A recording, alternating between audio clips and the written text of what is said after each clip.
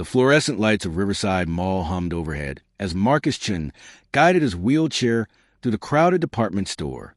His daughter Emma sat beside him on a bench near the clothing displays while he browsed the clearance rack for her birthday gift. She was turning 12 next week and had her heart set on a new jacket. Marcus had been in that wheelchair for 3 years now since the construction accident that changed everything. The settlement barely covered his medical bills, and his ex-wife had left shortly after taking their son with her. It was just him and Emma now living in a small apartment on the edge of town, surviving on disability checks and his pride. Emma waited patiently, as she always did. She never complained about their circumstances, never asked for things they could not afford. She was wise beyond her years in that quiet way children become when life forces them to grow up too fast. Marcus was comparing price tags when he heard the commotion. A security guard was speaking loudly to a young woman near the accessories counter. The woman looked to be in her early 30s with blonde hair pulled back in a ponytail. She stood frozen, her face pale with shock, as a man in a vest and name tag gestured emphatically. "Miss, you need to come with me," the manager said, his voice carrying across the store. "We have you on camera placing items in your purse." The woman shook her head desperately. "No, I didn't take anything. I swear I was just looking." A crowd was forming now. Shoppers paused mid-browse to watch the drama unfold. Marcus saw phones come out to record.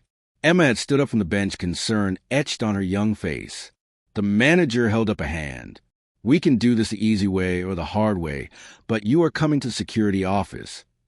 "Dad," Emma whispered, pulling on Marcus's sleeve. She looked scared. Marcus watched the scene carefully. Something felt wrong. The woman's body language was not that of someone caught stealing. There was genuine confusion in her eyes, not guilt.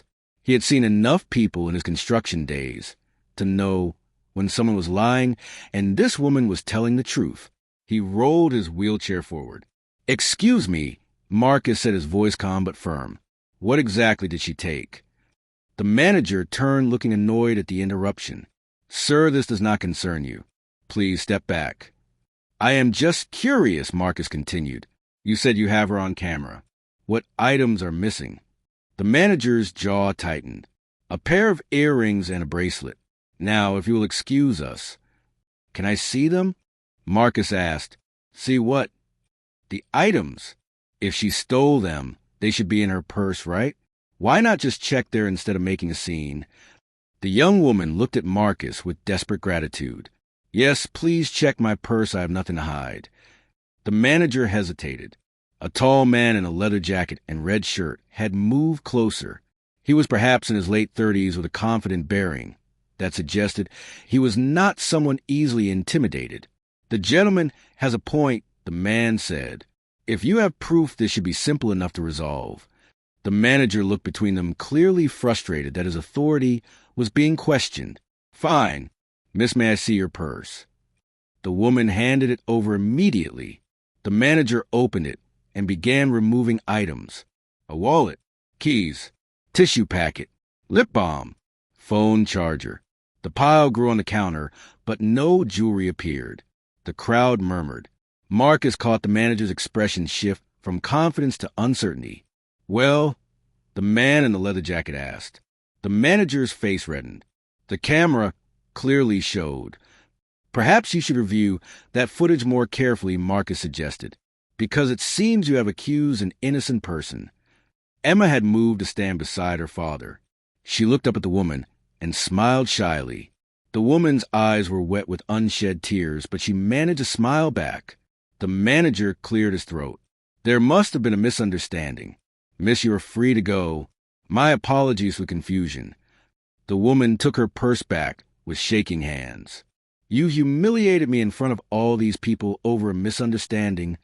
"I said I apologize," the manager replied stiffly before turning and walking away. The security guard followed, looking uncomfortable. The crowd began to disperse, disappointed that the drama had ended without a climax. The man in the leather jacket approached the woman. "Are you all right?" he asked. She nodded, wiping her eyes. "Thank you both for speaking up. I did not know what to do." Marcus waved a hand. "No one should be treated like that without proof. I am glad we could help." The man extended his hand to Marcus. I am David Sullivan. That took courage to step in. Marcus Chun, this is my daughter Emma. David shook Marcus's hand and smiled at Emma. Your father is a good man. I know, Emma said proudly. David turned back to the young woman. Sarah, why do not you take the rest of the day off? You've been through enough. Sarah nodded gratefully. Thank you, Mr. Sullivan. Marcus caught the exchange. You two know each other? David smiled slightly. Sarah works for my company. I was here picking up some things when I saw what was happening. He paused, studying Marcus with new interest. You know you handled that situation with real wisdom. Not many people would have gotten involved. Just did what felt right, Marcus said. Dad always does the right thing, Emma added, even when it is hard. David laughed. I can see that. He reached into his pocket and pulled out a business card. Mr. Chun, I run Sullivan Industries here in town. We are always looking for good people. I know circumstances can be challenging. He glanced briefly at the wheelchair. But if you are ever interested in discussing opportunities, one would like to talk. Marcus took the card more out of politeness than anything else. I appreciate that, but I am not sure what I could offer. Someone with your character and judgment? David said, that is worth more than you might think. We need consultants for our safety division, people who understand construction and can train others. The work is flexible, mostly from home with occasional site visits that we can always accommodate. Marcus looked down at the card. Sullivan Industries. He recognized the name now. They were one of the biggest developers in the region. Think about it, David said. No pressure. But I meant what I said. Call me if you're interested. After David and Sarah left Marcus, and Emma made their way toward the exit. Emma was quiet for a while, then said, Dad, do you think you will call him? I do not know, sweetie. It might be nothing. But it might be something, Emma said with the hopeful pragmatism of youth. Marcus called the number 3 days later. Within a week, he had an interview. Within 2 weeks, he had a job offer that paid more than he had made in construction with benefits that would actually cover Emma's health care and his own. The role was exactly as David described, consulting on safety protocols and training site managers on proper procedures, all things Marcus knew inside and out from his years in the field. 6 months later, Marcus sat in a real office with his name on the door. Emma was thriving in a better school district. They had moved to a small house with a ramp he had helped design himself. Life was not perfect, but it was good in ways Marcus had stopped letting himself imagine. He kept that business card in his wallet as a reminder that sometimes standing up for someone else opens doors you never knew existed, and that kindness, even from a stranger in a wheelchair, can change everything. If this story touched your heart, please like, share, and subscribe. Leave a comment below about a time when someone stood up for you or when you stood up for someone else.